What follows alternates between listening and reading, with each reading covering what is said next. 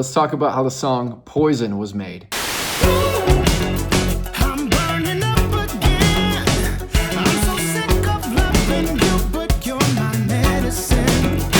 This was part of a 5-day songwriting challenge in which Kayla and I, she's my friend. That was good. That was good. We were challenged with going into the recording studio with no songs or ideas whatsoever and recording and completing 4 songs in that 5 days. Starting from the beginning, Poison didn't even exist until day 2. We had some other ideas that we recorded on day 1, and then the morning of day 2, an idea popped into my head before I even got into the recording studio. I was actually in my bathroom with my phone, and I had this kind of funky Michael Jackson-esque idea for a verse, for a song, that I recorded into my phone, and I have that voice memo, unfortunately.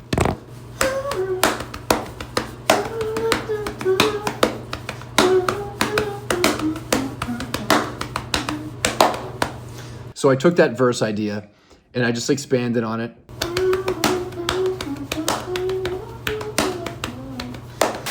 Show me what it takes to see.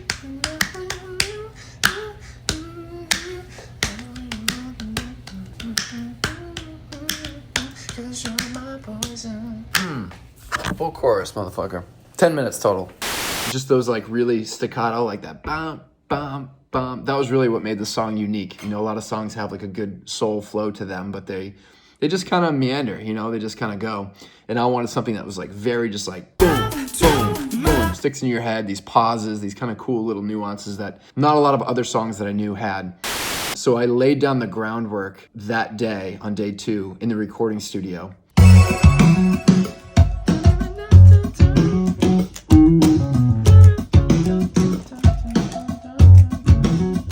With just drums and bass. Let's see if it sounds good. Maybe a little bit of guitar. Ready? Yep.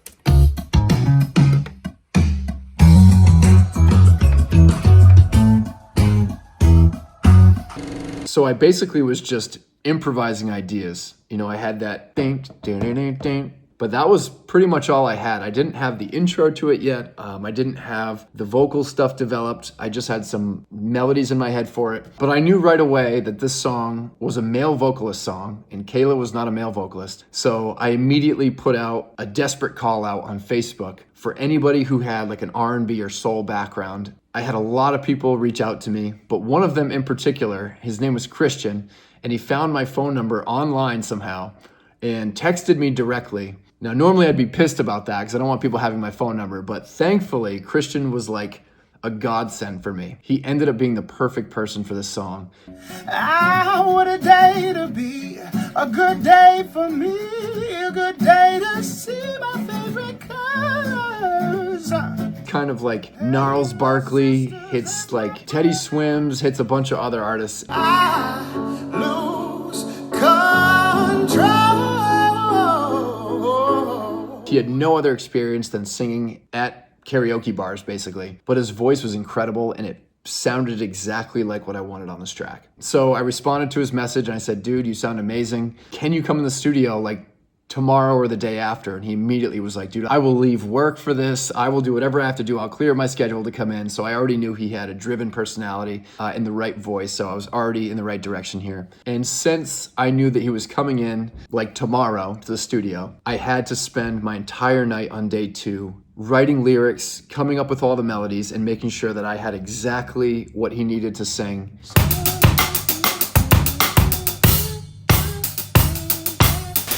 You're my poison. Or something, some kind of catchy little chorus lyric there. I'm creating all the instrumentals for it. I'm writing the structure for it.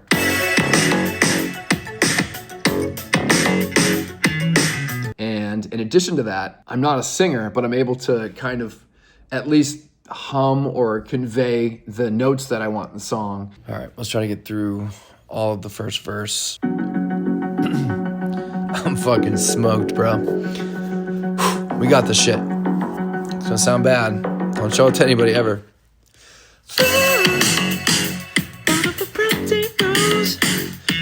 You can't ignore the sultry smell of the way it glows. Love feels like a dagger, baby. Watch it penetrate the heart that beats me like you do. All I do is make believe my reality. So we went back and forth a lot through text messages. Eventually, I had written all of the lyrics. They came to me actually pretty quick. I was like, okay, the song's gonna be called Poison. You're my poison. And I knew that he was gonna make it sound better than what I had written. So I was really excited about that. I remember showing like a more completed voice memo to Christian, and when he heard them, he was like, bro, this song is gonna be fire. Like he knew that the song was gonna be very catchy, very funky, and that was absolutely his style. I think his text was like, dude, this is right down my alley. I love this stuff. So on day 3, when we brought Christian into the studio, that was a day of just producing. Nope. No. No, it was just knees. Everything else is perfect. Crawling on my knees. Nope. I don't really wanna be crawling on my knees. I don't really Crawling wanna. on my knees. Yep. Yes. I mean, I was very picky that day. I wish I had the Facebook Live footage, but it's gone now. Thankfully, Christian was the easiest possible person to work with. He's so talented, and he takes constructive criticism so well and puts his own style into it. I don't really want to be crawling on my knees, but you're my poison. That's it. That's the one. It was already shaping up to be a really amazing song. I'm so sick of loving you, but you're my medicine. How am I supposed to breathe when you're the air I need? Then there was this separate process as well where I had to workshop the song on my computer with Logic and craft all of these synthesizer riffs and all of these electronic sounds to kind of give it that, I don't know, that polished modern feel that I wanted it to have, mixed with that kind of vintage soul sound.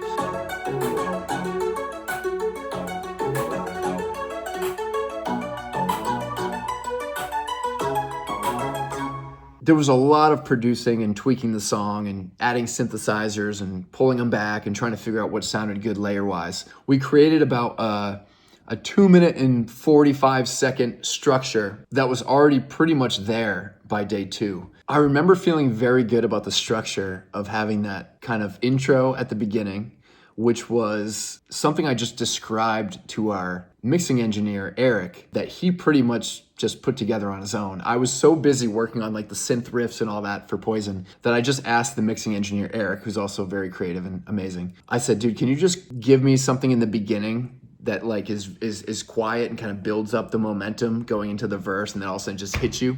I was like, can you just like dun-dun-dun-dun-dun-dun, dun-dun-dun-dun-dun-dun. And he's like, I got you, bro. And we ended up putting in the snaps later. That was like a later production piece. So at this point, I had the intro into that verse, into a chorus, into another verse, into another chorus. And I needed some kind of bridge or something to kind of amp up the song a bit. And I came up with that by just playing the bass and doing this chromatic like step down.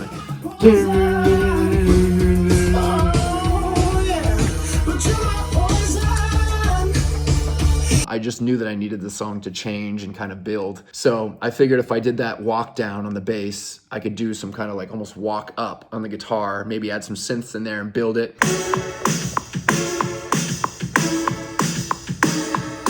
I wanted to have some kind of eruption, some kind of vocal, just like, you know,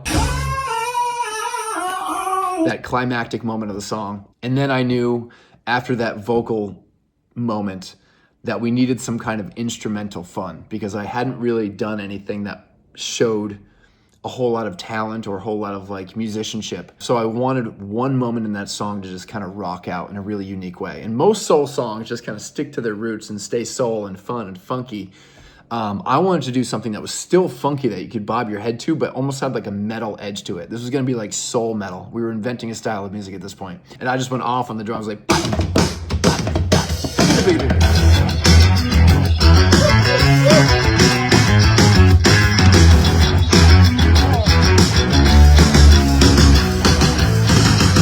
I mean, if you want to stop selling copies of your music, this is the perfect way to do it.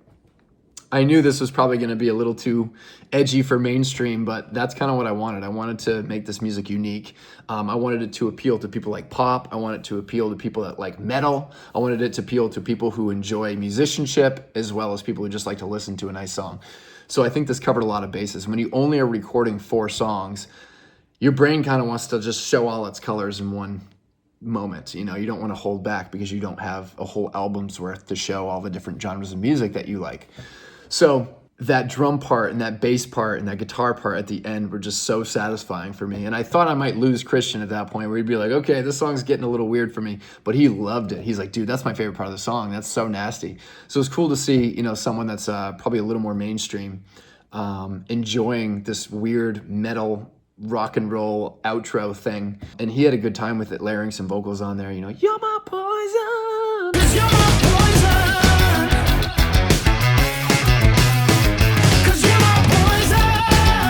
When the song was finished, you know, at the end of the 5 days, it was funky and it was great and we loved it. And we did a Facebook Live. So if you listen to this Facebook Live version of Poison before we had actually polished it and finished it, you'll notice a lot of differences. All I did was make believe in my reality.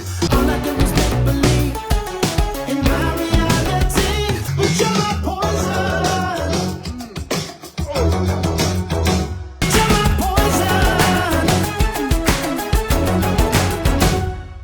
Even though it was just a demo version of Poison, basically, we were hyped. We knew that the song sounded great.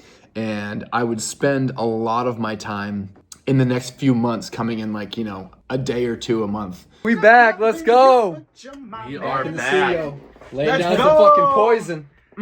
We went back and we changed some of the lyrics. Watch it penetrate the heart that beats me like you do. Watch it penetrate the heart that beats on me and lately. The lyrics that I had originally written for Poison were written like in 15 minutes total. The beginning lyrics were more of just whatever flows quickly, and then we changed it to more of like poetically what made more sense within the context of the lyrics. Like we ended up adding the lyric, gotta get the flame to cease, but you're the gasoline. Gotta get the flame to cease, but you're the gasoline. Most of the lyrics in this song are kind of an ironic metaphor for feeling like you need someone or something to survive, but also that person being the worst possible thing for you and killing you. Your love is like a blanket, as you suffocate me, and my fate asks you to thank it. After about 6 more sessions in the recording studio over the course of several months after that first 5 days, I finally came to a good spot where I felt like the lyrics were great, the vocal delivery was awesome, and the song sounded sonically very good. So we mixed it down. I sent it off to be mastered by Earl Holder, who's done, you know, stuff for Public Enemy and all these big acts. Show me what it takes to live, and I will jump to my feet. The master came out great. And then I wanted to do a music video. We're shooting Poison, the music video, and we ran out of daylight, so we're like, fuck it. We're gonna do it inside at one of these warehouses. We were balling on a budget and balling on a very short time span. So we rented out my friend's dance studio, which had some cool lighting.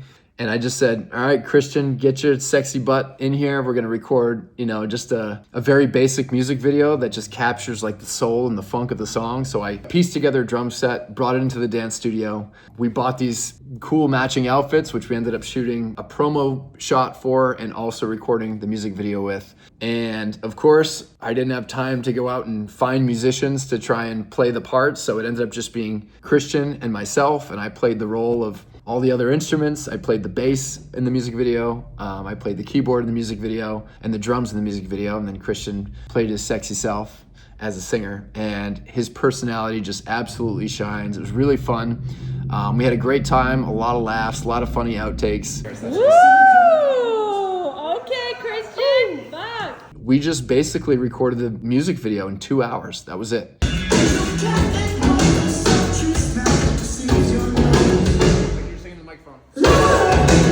I recorded Christian, and Kayla was there. She's obviously the friend and musician that was doing the studio challenge with me. She recorded me on drums and on keyboards and on bass, and we just Took all the footage together. I edited it down in like 3 days.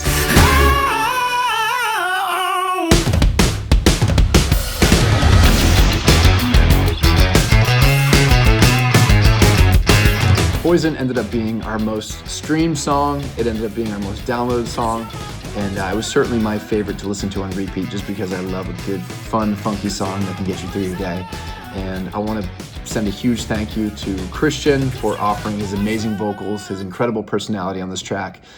Eric Sauter, who mixed it for us and was in charge of everything technical that happened in the recording studio in that 5 days for us. Earl Holder, who mastered the song for us and was very, very easy to work with and offered me a lot of his personal advice on the music industry and mastering and how songs get their sound. Kayla, for helping us do the music video, for being a huge cheerleader in the studio for me. My friend Tiffany, who offered her dance studio for us and helped us with a lot of the aspects of filming the music video, and just anybody out there who had anything to do with creating this song, and of course everybody out there who listened to it and supported it. I appreciate you. Oh my goodness, so good. You're the man. You guys can download Poison and our other tracks that we record in the studio on Spotify, on Apple Music. You can watch the video on YouTube. Just type in the song Poison by Ryan Vezina, Vezina, and you'll find it there. And I hope you guys enjoy it as much as I definitely enjoyed it. I want to thank all of you from the bottom of my heart for listening and allowing me to do the thing that I love the most in the world, and that is create music to share with you. So, thank you. 'Cause you're my